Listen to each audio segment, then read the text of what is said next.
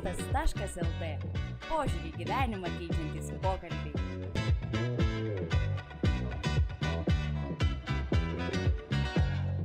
Sveiki visi Podcastas.lt klausytojai. Šiandien su jumis Justas ir aš, Tomas iš Čiangmajaus vėlgi.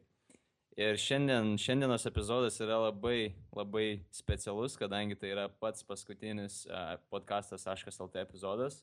Ir šiame epizode būtent kalbėsime, kokie buvo planai, kuriant būtent podcastą, ką mes išmokome ir kokios yra pagrindinės priežastys, dėl ko mes nusprendėme podcastą palikti šiek tiek uždarytą ir žiūrėsime, kas laukia mūsų ateityje, kas laukia Justo, kas laukia manęs ir kas laukia projekto. Tai sveikas Justai. Labas. Tai tokia ir buvo pradžia, jeigu pameni, tai šiek tiek buvo nedrąsu ir nežinome, kaip mums įrašyti būtent tą pirmąjį epizodą, apie ką kalbėti, iš kur gausime svečius, kaip būtent užtikrinti gerą garso kokybę ir iš karto norėčiau atsiprašyti, jeigu garso kokybė šio epizodo nebus pati geriausia, kadangi esame gan toli vienas nuo kito su Justu ir būtent interneto ryšys ne pats geriausias, ne pats patikimiausias, bet Justai, kokie buvo tavo būtent tikslai arba ko tikėjaisi būtent prieš pradėdamas podcastą ir kaip viskas pasikeitė iki šiandien? Iš tikrųjų galiu pasakyti, kad podcastas man asmeniškai buvo toksai vienas mylimiausių projektų, nes iš tikrųjų viskas pasisekė labai gerai. Kartais įrašymo kokybė nebuvo labai gera, kartais patys ne per geriausiai ar įdomiausiai pašnekėdavom, bet daugiau mažiau aš vertinu patį projektą labai gerai. O kaip čia pasakyti, iš pat pradžių iš tikrųjų tikėjausi, kad viskas bus daug lengviau. Galvojau, kad čia paprastai paimsi ir rašysi epizodą, pakalbėsi ir paleisi žmonėms, bet iš tikrųjų tada supranti, kad viskas užima labai daug laiko, kad reikia turėti specialią įrangą, reikia turėti žinių, reikia turėti netgi gabumą įrašinėti kiekvieną epizodą. Tai manau, kad ties kokį 20 epizodą jau buvau neblogai apšylęs kojas, bet jeigu norint spausti maksimą, tai reikėtų dar įrašinėti, reikėtų bent jau 100 epizodų padaryti. Aš visiškai sutinku ir bent jau man pats didžiausias tas challenge'as, ta ne problema, bet iššūkis buvo, kad pradžioje atrodo viskas, čia susiplanuosim, tarkim, 10 epizodų ir kai tu įrašai vieną, 2, 3 epizodus, kažkaip dingsta ta motivacija, nes tu pamatai, kiek iš tikrųjų daug darbo reikia įdėti į tai. Ir pradžioje dar, jeigu pameni, jūs tai patys montuodavome, tai užtrukdavo tikrai daug laiko ir vis tiek norisi tos geresnės kokybės, nori kuo geriau sumontuoti, tai skiri keletą valandų būtent vienam epizodui ir kažkaip bent jau man buvo taip, kad šiek tiek išblėso gal ta motyvacija ir tikriausiai sunku buvo tuo pačiu metu dirbti prie kitų projektų. Tai jeigu dabar būtent pradėčiau podcastą iš naujo, tai stengčiausi padaryti kuo daugiau epizodų vienoje dienoje ar savaitėje, o po to jau, viską perkelti į produkciją, kad nereikėtų kiekvieną dieną žaisti su vienu epizodu ten įrašymu, su kitu epizodu įrašymu, o susidėlioti viską į tokius panašius darbus, kaip tarkim įrašymas, svečių ieškojimas, būtent produkcija ir paskui jau publishinimas, būtent tas skelbimas būtent tų visų epizodų. Jo, visiškai sutinku su tavim, nes niekada iš tikrųjų negalvojau, kad tų pačių pašnekovų ieškojimas, tarimasis, įrašymas su jais, editinimas, įkelimas į keletą skirtingų puslapių, tai SoundCloud, YouTube, iTunes ir taip toliau gali užimti tiek daug laiko, plus reikia prižiūrėti puslapį, Facebooką, naujienlaiškį, tai tiems, kas net nenumanot, kiek reikėtų laiko skirti po tokiam projektui, tai aš sakyčiau, kad jeigu dirba 1 arba 2 žmonės, tai reikėtų per savaitę skirti taip grubiai apie 2 dienas. Manau, kad tai yra toks pakankamas laiko tarpas įrašyti keletą epizodų ir susitvarkyti su visais puslapiais. Kitas dalykas, ką norėjau aptarti būtent šiame epizode, tai kokios gal būtų pačios pagrindinės pamokos, kurias išmokai, arba būtent kokia buvo pagrindinė misija podcasto ir ar pavyko įkvėpti žmonės ir ar pavyko surasti būtent įkvėpiančių žmonės ir būtent pakeisti kažkiek tai žmonių klausančių podcastą epizodus mąstyseną. Iš tikrųjų, manau, kad pavyko kažkiek žmonių įkvėpti, nes gaudavom tų pačių elektroninių laiškų, komentarų po mūsų blogo įrašais, į Facebooką gaudam laiškų, tai manau, kad bent keletą žmonių tikrai pavyko įkvėpti, o visi mūsų pašnekovai galiu pasakyti, kad buvo tikrai bent jau man motyvuojantis, jie buvo daugiau mažiau kažko tikrai pasiekę ir buvo skirtingose stadijose, vieni buvo tik pradedantis, tarkim, verslininkai, kiti buvo jau pažengę, specialistai ir visa kita, tai manau, kad bendrai paėmus tikrai pakeitėme, negaliu sakyti daugumos, bet keletą žmonių mąstymą apie verslą, apie darbą savo ir visa kita. Man vienas iš pačioj pradžiai, čia tikriausiai vyko vienas iš labiausiai įkvepiančių būtent istorijų buvo, kai aš nepamenu, Kristina parašė ar į Facebooką, ar po būtent vienu iš epizodų pakomentavo, kad jis nusprendė būtent išeiti iš darbo per klausyti mūsų epizodus. Ir bent jau man tai buvo vienas iš labiausiai tokių įkvepiančių dalykų. Ir paskui jūs, tai kaip žinai, prisijungė Kristina prie podcasto komandos. Jo, tai Kristina buvo viena iš tų žmonių, kurią mes įkvėpėm, tai noriu tikrai labai to pasidžiaugti ir kaip manau dauguma podcasto klausytojų žino, Kristina iki šiol dirba su podcasto projektu ir tikrai taip užbėgsiu greitai įvykiams už akių, tai norėčiau padėkoti iš karto visiems žmonėms, kurie buvo prisijungę prie podcasto, tai Vaidui Bagdonui, Kristinai Busilaitei, Laimiui Ženkui, kuris ir dabar dar su mumis tikriausiai padirbs, nes mūsų visi epizodai keliaus į TV3 Play. Ir Gedimynui norėčiau padėkoti už tai, kad prižiūrėjo puikiai mūsų website, taip pat Tomui, su kuriuo įrašėme daug epizodų ir manau dar kažką kartu nuveiksime. Tai ačiū jums visiems. Ačiū ir tau, Justai, nes tu galima sakyti, kaip ir buvai pagrindinis būtent tėvas viso šito projekto, menedžeris pagrindinis, nes aš kai išvažiavau, tai galima sakyti, aš nieko ir nebedariau prie projekto, tau teko visas patys sunkiausi svoriai kilnojimui, tai norėčiau pasidžiaugti, kad tau tikrai labai gerai sekėsi ir aš nuo pat pradžių iki dabar matau žiauriai didelį progresą, tai kaip pats minėjai, kažką dar ateityje tikrai greitai susuksim, vis dėlto laukia mūsų trečia kelionė, kurią kažkada announcinsim visiems. O vienas iš dalykų, kuriuos dar norėjau aptarti, tai būtų būtent kokią tu pats Justai savo vertę susikūrėjai, būtent ką patobulinai projekto metu, nes tarkim toks pasiekimas kaip partnership su TV3 Play, tai bent jau man skamba visiškai įspūdingai ir aš net neįsivaizduoju, nuo ko reikėtų pradėti.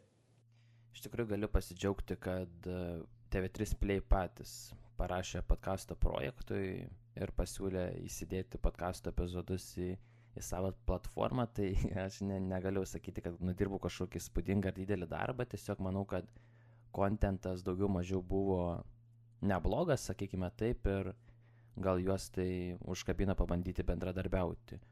O kitas dalykas, ko aš išmokau, tai išmokau iš tikrųjų kaip reikėtų, daugiau mažiau iš tikrųjų kaip reikėtų kalbinti pašnekovus ir neturėjau aš niekada jokio mentoriaus ar kažko, kas galėtų mane išmokyti, kaip tapti tikrų profesionalu, bet daugiau mažiau gavau tų įgūdžių, supratau, kad yra žmonių, kurie norėtų mokytis grinai to, kad dirbu aš, kad dirbi tu, Tomai, ir manau, kad bus žmonių, kuriuos nuliūdins ši žinia, kad podcast'o nebėra, nes buvo visą laiką nuolatinių tų klausančiųjų, kurie perklauso, kurie, sakau, siunčia laiškus ir visa kita, tai supratau, kad Lietuvoje reikia tikrai tokios platformos, nebūtinai apie freelancinimą, dizainą ar programavimą, bet kad kažkas mokytų ir vestų žmonės į priekį ir padėtų jiems žengti pirmosius žingsnius. Tai supratau, kad tikrai reikia tokios platformos, panašios kaip podcastas, tai jeigu kažkas turit kažkokių idėjų, tai tikrai siūlau pradėti ir mokyti, edukuoti žmonės ir tikrai rasite žmonių, kurie jūs palaikytų ir klausytų. Jo, visiškai sutinku su tavim, Justai, kad atrodo vis tiek turi tą vidinį balsą, kuris tau sako, tu neturėtum pradėti, tu čia nieko nežinai, tu čia nieko nepadaręs, nieko nepasiekęs, bet jeigu tu ir moki susikurti savo, tarkim, internetinį puslapį, tai aš nežinau kiek procentais, bet Lietuvoje daug žmonių, kurie norėtų susikurti puslapį ir nežino, nuo ko pradėti. Tai tiesiog reikėtų pradėti nuo to, ką tu žinai, jeigu žinai kažką apie sveiką mytybą, ar žinai apie sportą, ar žinai apie internetinį verslą, ar keliones, tai pradėk kažką rašyti, pradėk būtent kažkokį tai video gal sukurti YouTube arba netgi būtent podcastą, kuris šiek tiek didesnis būtų toksai kaip ir iššūkis, bet manau tikrai vertas dėmesio, nes kuo toliau, tuo labiau podcastus klauso.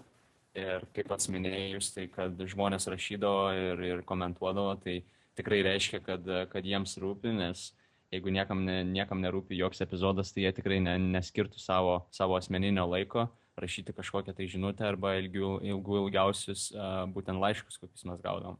Jo, tai visiškai sutinku su šituo, svarbiausia yra pradėti ir ką išmokau dar, kad nežiūrėti, ką kiti sako, nes mes kai pradėjom podcastą, mes niekada neprašėm iš žmonių pinigų, aukų, dar kažko, mes tiesiog pradėjom su dideliu noru ir vis tiek karts nuo karto į mus būdavo paleidžiamos heiterių strėlės, bet manau, kad tas niekados neišnyks ir bus laik tokių žmonių, tai svarbiausia, neklausykit, ką kiti sako, pradėkit, darykit ir aš tikrai manau, jeigu atiduosit visą save, tai tikrai pasiseks, ką bedarytumėt. Ir po 20 plus epizodų jūs gal sukontaktuos savo 3play. Manau, kad jeigu kokybiškai tą darysit, tai jums pasiseks daug greičiau negu mums. Jo, jūs tai paskutinį tokį kaip epizodo pabaigai gal atskleiskime tiesiog tas pagrindinės detalės, dėl ko būtent epizodas stabdomas ir kokie artimesni planai mums. Jo, tai negalima sakyti iš tikrųjų, kad projektas miršta, projektas toks kaip podcastas dar pasilieka. O labai trumpai, kodėl mes su Tomu stabdome grinai podcasto pačio kaip grojaraščio, kaip įrašų veiklą, nes tai užima labai daug laiko. Kaip ir minėjau, reikia susitarti su žmonėm, įrašinėti, editinti, kelti į tam tikrus portalus ir visa kita. Tai tikrai užima labai daug laiko, todėl nusprendėme, kad podcastas.lt puslapį paversime irgi podcastų platformą, bet jame jau pasirodys 2 skirtingi podcastai, tai bus Tomo Design Magazine podcastas ir mano asmeninio puslapio podcastas. Tai gal Tomai tada trumpai apie savo puslapio podcastą papasakok. Jo, apie Despreneur, tai būtų Design Entrepreneur, nelabai kalbėjau per šį epizodą, ta prasme per visą projektą podcasto, bet būtent Despreneur yra žurnalas žmonėms, kurie nori išmokti dizaino ir verslo ir būtent sukombinuoti tuos 2 skirtingus būtent fieldus, kaip būtent skirtingas profesijas į vieną žmogų ir sugebėti sukurti kažkokį tai minimalų verslo prototipą ir būtent sukurti kažkokį tai dizainą jam ir būtent dizaino ir verslo įgūdžiai labai padeda šiam būtent online verslo amžiuje. Tai Despreneur rašo apie technologijas, verslą ir dizainą daugiausiai. O podcasto esmė bus, kad stengsiuosi kalbėti su žmonėmis, kurie jau yra sukūrę ne vieną verslą ir bus daugiausiai verslai, būtent virtualūs verslai, tai būtų kažkokie tai produktai internete arba kažkokie tai software. Gali būti ir kažkoks tai e-commerce websaitas ir taip toliau. Ir būtent kalbėsiu su žmonėmis, kurie kūrė juos, kokias pamokas jie išmoko ir ką jie galėtų būtent pasidalinti vertingo su klausytojais. Ir podcastas bus angliškai, tai tiems, kas angliškai nelabai supranta, siūlyčiau tiesiog pasiklausyti keletą epizodų ir gal padės jums išmokti angliškai geriau kalbėti.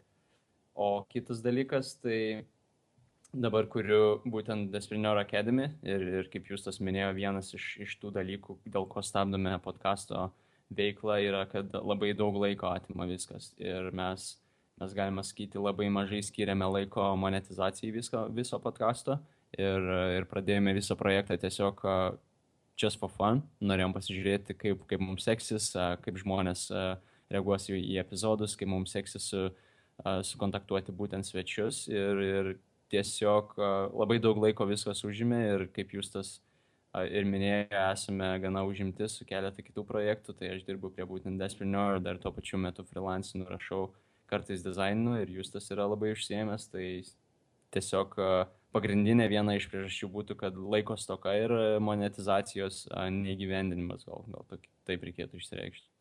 O jūs tai gal gali papasakoti būtent apie savo naują podcastą, kuris spėjau bus lietuviškai.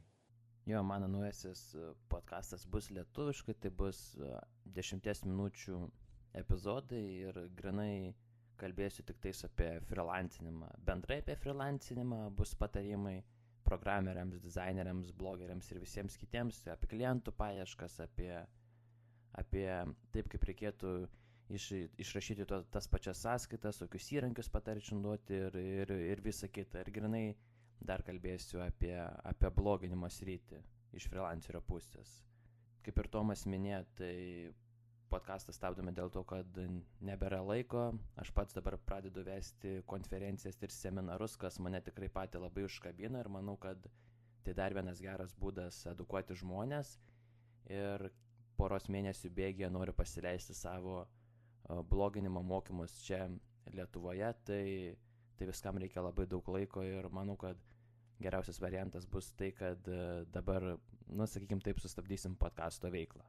Taip, tai kaip ir nebėra ką bepridėti.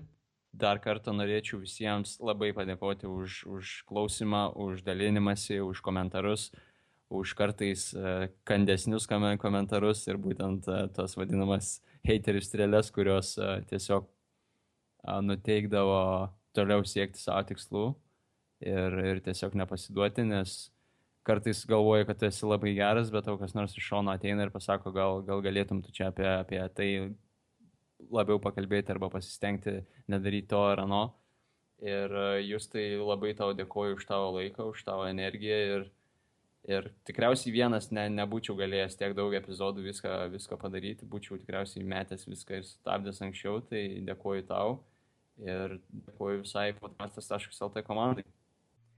Jo, tai aš irgi noriu padėkoti visiems klausytojams, visiems žmonėms, kurie mus motyvavo, padėjo tapti geresniais ir sekėt mus toliau Facebook'e, tikrai bus daug renginių, taip pat dalinsimės, kaip ir minėjom, Despreneur ir mano podcastu, taip pat bus daug renginių, tai podcastas, galima sakyti, yra sustabdomas, o daugiau visa kita veikla tikrai bus vykdoma ir manau jau, kaip aš mėgstu sakyti, susigirdėsime už savaitės ar 2. Susigirdėsim. Iki. Iki.